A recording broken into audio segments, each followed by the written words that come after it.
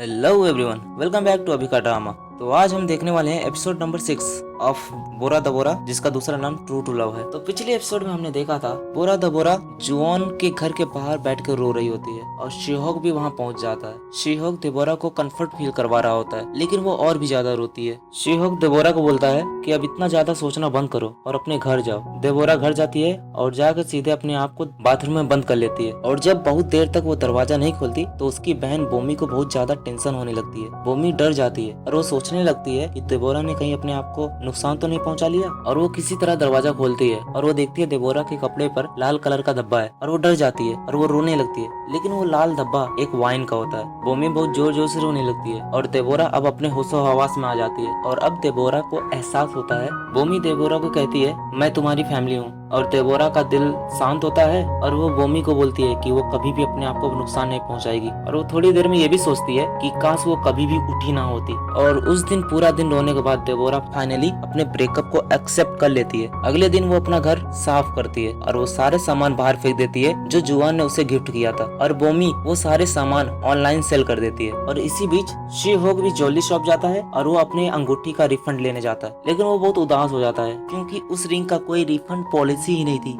और अब उसे उसी रिंग के साथ रहना होगा क्योंकि वो इतनी महंगी रिंग फेंक नहीं सकता। और इधर हम देखते हैं देबोरा जिस घर में रह रही होती है उस घर की ओनर उस घर को सेल कर रही होती है। और अब देबोरा एक नए घर की तलाश में होती है और पूरे दिन घूमने के बाद उसे फाइनली एक घर मिल जाता है। और उसके बाद वो अपने दोस्त के साथ ड्रिंक करती है और स्ट्रेस को दूर भगाती है। और जब देबोरा अपने दोस्त के साथ बात कर रही होती है तो उसके दोस्त को एक देबोरा के नाम से मैसेज आता है। लेकिन देबोरा तो उसके सामने बैठी है तो मैसेज कौन कर रहा है। और उनको लगता है कि कोई देबोरा के नाम से कोई फ्रॉड कर रहा है और वो सभी को सावधान करने लगती कोई इस फ्रॉड के कांटेक्ट में ना आए। लेकिन उसकी बहन बोमी उसी फ्रॉड को 40 मिलियन वॉन सेंड कर देती है क्योंकि उस फ्रॉड ने देबोरा के नाम से ये मैसेज किया था कि हाउस के डिपॉजिट के लिए मुझे अर्जेंट पैसे चाहिए। और शी-होक भी उसी फ्रॉड में फंस जाता है और अपने 5 मिलियन वॉन उस अकाउंट को मैसेज कर देता है। देबोरा तुरंत ये स्कैम पुलिस को रिपोर्ट करती है, लेकिन अब ये बहुत ज्यादा लेट हो चुका था और अब स्कैमर्स को ट्रैक करना एकदम नामुमकिन था और अब उनके पैसे भी मिलना नामुमकिन होता है। शी-होक देबोरा को ब्लेम करता है और देबोरा शी-होक को ब्लेम करती है कि तुम्हें इतना केयरलेस नहीं होना चाहिए था। तुम्हें पैसे भेजने के पहले पता लगा लेना चाहिए था कि पैसे मांगने वाली मैं ही हूँ या कोई और, या फिर तुम सीधा मना भी कर सकते थे। और उनकी रिलेशनशिप अभी जस्ट इम्प्रूव होना स्टार्ट ही हुई थी कि इस इंसिडेंट ने सब कुछ बर्बाद कर दिया। वैसे देबोरा शी-होक से कई गुना ज्यादा पैसे खो चुकी है और उसके पास सेविंग्स भी नहीं बचे हैं और अब उसे काम करने के लिए कोई जॉब चाहिए, नहीं तो वो होमलेस हो जाएगी। और अब देबोरा वापस से पुरानी वाली देबोरा बनने वाली है और वो सब कुछ वापस से शुरू करेगी। वो अपना कॉन्फिडेंस लेवल वापस से गेन करती है क्योंकि बहुत से लोगों ने उसे मैसेज किया होता है कि किस प्रकार उनका भी ब्रेकअप हो गया है। और इससे देबोरा को कंफर्ट फील होता है क्योंकि वो लोगों को फील गुड करा रही थी जिनका ब्रेकअप हुआ था और अब वो लोग अपने दुख भरी ब्रेकअप से बाहर आ जाएंगे। और ये सब मैसेजेस पढ़ने के बाद वो वापस से बुक लिखने के बारे में सोचती है।